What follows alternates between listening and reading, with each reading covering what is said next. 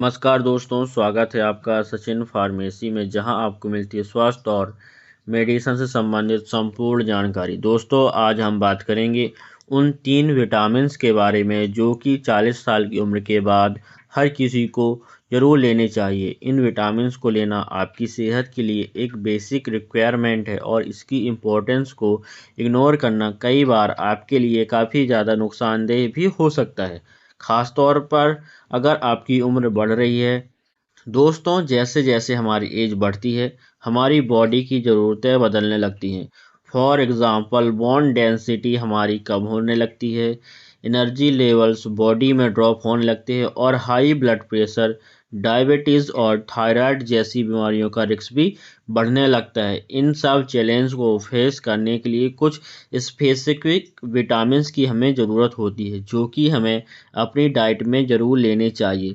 तो आज की इस वीडियो में मैं आपको ऐसे ही 3 विटामिन्स के बारे में बताऊंगा जो कि 40 साल की उम्र के बाद आप अपनी अच्छी सेहत के लिए क्रिटिकल होते हैं। तो चलिए बिना किसी देरी के वीडियो को शुरू करते हैं और जानते हैं इन 3 सबसे इम्पोर्टेंट विटामिन्स के बारे में पूरी डिटेल के साथ। तो चलिए शुरू करते हैं। सबसे पहले विटामिन से, जो कि विटामिन डी है जिसे हम लोग कॉमनली सनशाइन विटामिन भी कहते हैं, क्योंकि इसका सबसे बड़ा और सबसे इजी सोर्स जो है वो है सनलाइट है, सूरज है। दोस्तों, विटामिन डी हमारी बॉडी के लिए बहुत ही ज़्यादा क्रिटिकल होता है, बहुत ज़्यादा ज़रूरी होता है।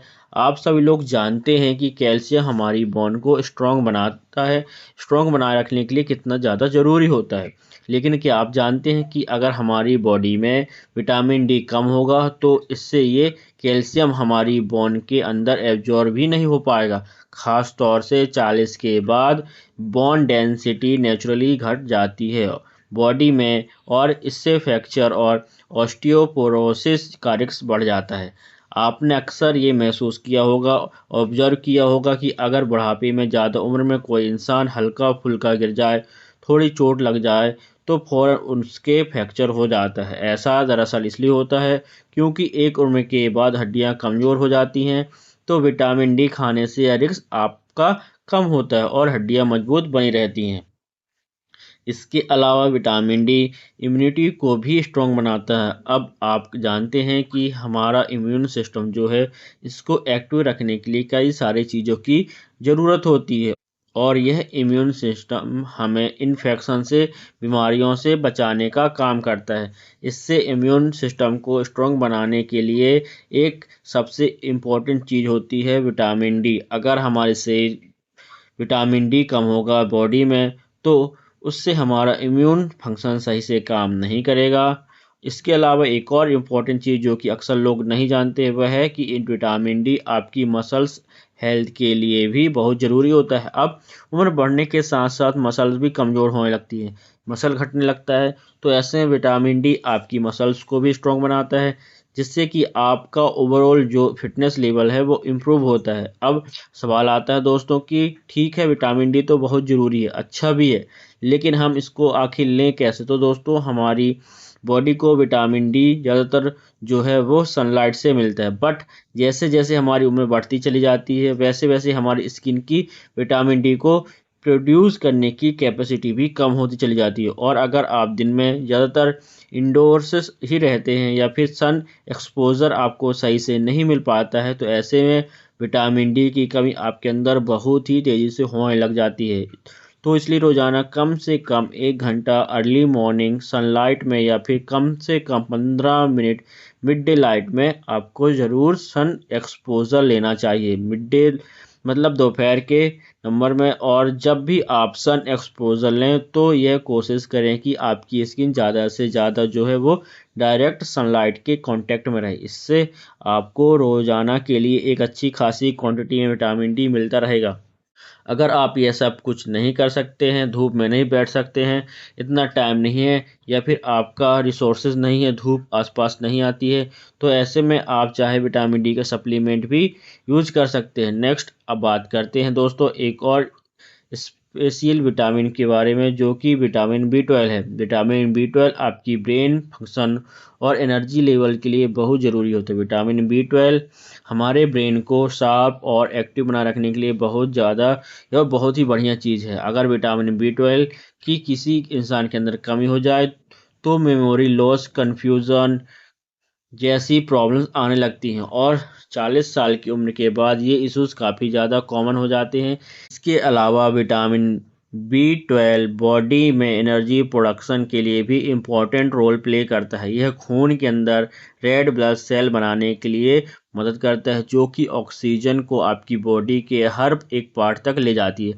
अगर आपको थकान ज़्यादा महसूस होती है या फिर अगर आप लो एनर्जी महसूस करते हैं तो विटामिन B12 की कमी इसका एक रीज़न हो सकता है। इसके अलावा विटामिन B12 आपकी हार्ट हेल्थ के लिए भी काफ़ी ज़्यादा ज़रूरी होता है। अब आप कहेंगे कि विटामिन B12 का भला हार्ट से क्या लेना देना है, तो देखिए हमारी बॉडी में होमोसिस्टीन नामक एक कंपाउंड पाया जाता है जो कि अगर ज़्यादा बढ़ जाए तो हार्ट डिजीज़ का रिस्क बढ़ा देता है। यह विटामिन B12 जो है यह इस होमोसिस्टीन को कंट्रोल के अंदर रखता है और इसलिए इनडायरेक्टली यह हार्ट को प्रोटेक्शन देता है।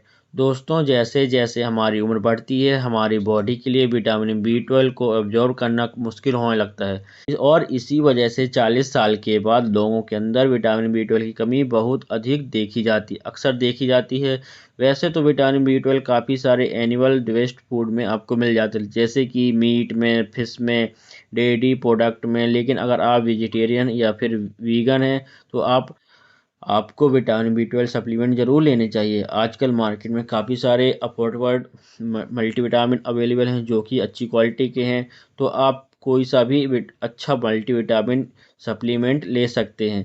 वैसे अगर आप मुझसे पूछना चाहें तो मैं आपको रिकमेंड करूंगा कि एक बहुत ही सस्ती सी टेबलेट आती है न्यूरोबियन के नाम से। अगर आप उस न्यूरोबियन की टेबलेट लेंगे तो शायद आपको 1 या 1.5 रुपये की पड़ेगी। उसको अगर आप लेते हैं तो इससे आपकी दिन भर की जो विटामिन B12 की ज़रूरत है वो पूरी होती रहेगी। यह टैबलेट जो है बहुत ही सेफ़ है, वाटर सोल्यूबल विटामिन होता है, तो लॉन्ग टर्म में भी अगर आप लेंगे तो कोई नुकसान आपको इससे देखने को नहीं मिलेगा। तीसरा इम्पोर्टेंट विटामिन है विटामिन C। दोस्तों, विटामिन C हमारी बॉडी के लिए एक पावरफुल एंटीऑक्सीडेंट होता है। ये उन फ्री रेडिकल्स को न्यूट्रलाइज करता है जो कि एजिंग को एक्सीलरेट करते हैं, यानी एजिंग को बढ़ाते हैं, क्रोनिक डिसीज़ के रिस्क को बढ़ा देते हैं। अगर आप नहीं जानते हैं तो जान लीजिए कि फ्री रेडिकल्स बेसिकली वो हार्मफुल चीज़ें होती हैं जो कि बॉडी के अंदर नुकसान पहुंचाती हैं, हमारी सेल्स को डैमेज करने का काम करती हैं और जैसे जैसे हमारी एज बढ़ती है इन फ्री रेडिकल्स की तादाद हमारे अंदर बढ़ने लगती है और ऑक्सीडेटिव स्ट्रेस ज़्यादा हो जाती है, जिससे तरह तरह की बीमारियां पैदा होने लग जाती है। और यहीं पे विटामिन C का रोल जो है वो सामने आता है, क्योंकि इन फ्री रेडिकल से फाइट करने में हमारी हेल्प करता है। इसके अलावा विटामिन C कोलेजन प्रोडक्शन में भी बहुत ज़रूरी रोल प्ले करता है। कोलेजन एक प्रोटीन है जो कि हमारी स्किन को फर्म करता है, टाइट रखता है और जॉइंट्स को स्ट्रॉन्ग बनाए रखता है, हड्डियों को मजबूत बनाता है। एज के साथ साथ कोलेजन का जो प्रोडक्शन है वो भी नेचुरली हमारी बॉडी में कम हो जाता है और जिसकी वजह से चेहरे पर रिंकल्स आने लगते हैं, जॉइंट पेन वगैरह शुरू हो जाता है और हड्डियाँ कमज़ोर हो जाती हैं। विटामिन C इन प्रॉब्लम्स को स्लो डाउन करने में आपकी हेल्प करता है। और सबसे ज़रूरी बात यह है दोस्तों कि विटामिन C हमारे इम्यून सिस्टम को भी स्ट्रॉन्ग बनाता है। जैसे जैसे हमारी एज बढ़ती है इम्यून सिस्टम वीक होने लग जाता है, इन्फेक्शन और डिजीज़ से फाइट करना हमारे लिए मुश्किल हो जाता है और ऐसे में विटामिन C से इम्यून हेल्थ को हमें सपोर्ट मिलता है और हम तरह तरह की बीमारियों से, मौसमी हो या फिर किसी भी तरह की बीमारी हो, उससे हमें बचाव होता है। विटामिन C आपको फ्रूट से जैसे कि ऑरेंज, लेमन, बेरीज, शिमला मिर्च और फिर ब्रोकली वगैरह के अंदर अच्छा खासा मिल जाता है, तो इन चीज़ों को आप अपनी डाइट में शामिल करें। और विटामिन C की कमी को दूर करने के लिए अगर आपको डाइट में सब फ्रूट आप नहीं ले सकते हैं किसी कारण से, तो ऐसे में आप चाहें तो विटामिन C के सप्लीमेंट भी ले सकते हैं। दोस्तों, एक सवाल जो अब शायद आपके मन में आ रहा होगा वह है कि सिर्फ यह 3 विटामिन ही लेना है क्या? जी नहीं, दोस्तों 3 विटामिन आपकी जो मिनिमम बेसिक रिक्वायरमेंट है डेली की उसके लिए ज़रूरी है, ताकि आपकी हेल्थ को एक मिनिमम लेवल पर आप मेंटेन कर सकें। स्पेशली अगर आप 40 साल के बाद आप ये 3 विटामिन लेते हैं तो इससे आपकी बेसिक रिक्वायरमेंट रोज़ाना की जो होती हैं वो पूरी हो जाएंगी। इससे क्या होता है कि आप एक सॉलिड फाउंडेशन बना लेते हैं आपकी हेल्थ की। But let me remind you कि ये सिर्फ शुरुआत है। आपकी बॉडी को और भी कई सारे न्यूट्रिशंस की ज़रूरत होती है। ऐसा नहीं है सिर्फ ये 3 ही चाहिए, बाकी कुछ नहीं। इसके अलावा आपकी बॉडी को विटामिन के, मैग्नीशियम, ओमेगा फैटी एसिड और कैल्शियम जैसी न्यूट्रिएंट्स की भी ज़रूरत होती है। यही नहीं दोस्तों, इसके अलावा बहुत सारे माइक्रो न्यूट्रिएंट्स भी होते हैं जो कि हमारी खाने पीने की चीज़ों में होती है, वो हमारी बॉडी के लिए भी ज़रूरी होते हैं। तो वो भी कहीं ना कहीं इम्पोर्टेंट है। बट ये 3 जो विटामिन आज मैंने आपको बताई है वेयर विटामिन से, यानी इसके बिना काम नहीं चलेगा। तो बीमारियां बहुत तेज़ी से पैदा होती, बट काफ़ी जो चीज़ें हैं वो अगर आप साथ में लेते हैं तो आपके लिए कंप्लीट न्यूट्रिशन बन जाएगा। तो सबसे पहले इन 3 चीज़ों का ध्यान रखिए। इसके बाद काफ़ी चीज़ों की तरफ ध्यान दीजिए, उनको भी अपनी डाइट में लीजिए। सबसे अच्छा तरीका कि आप healthy daily healthy nutrition diet लीजिए। अगर आप एक अच्छी डाइट लेते हैं, अपनी डाइट को मेंटेन रखते हैं, डाइट में फ्रूट्स एंड वेजिटेबल्स लेते हैं, कलरफुल चीज़ों को अपनी डाइट में शामिल करते हैं, मौसमी चीज़ों को ज़रूर खाते हैं, तो आई एम श्योर कि आपको किसी भी तरह के सप्लीमेंट लेने की ज़रूरत पड़ेगी ही नहीं, क्योंकि नेचर ने करीब करीब हर एक चीज़ के लिए कुछ ना कुछ न्यूट्रिएंट्स को रखा है। और अगर आप सब थोड़ी थोड़ी क्वांटिटी में लेते रहते हैं, बैलेंस साइड बैलेंस डाइट को मेंटेन करते हैं, तो आपको किसी भी तरह की विटामिन की कमी कभी नहीं होगी और ना ही आपको कोई सप्लीमेंट लेना पड़ेगा। दोस्तों यदि वीडियो आपको पसंद आई हो तो वीडियो को लाइक और चैनल को सब्सक्राइब जरूर करिएगा। और अगर मन में कोई शंका कोई सवाल है तो कमेंट करके पूछ लीजिए। हंसते रहिए, मुस्कुराते रहिए, रोज़ कुछ नया सीखते रहिए।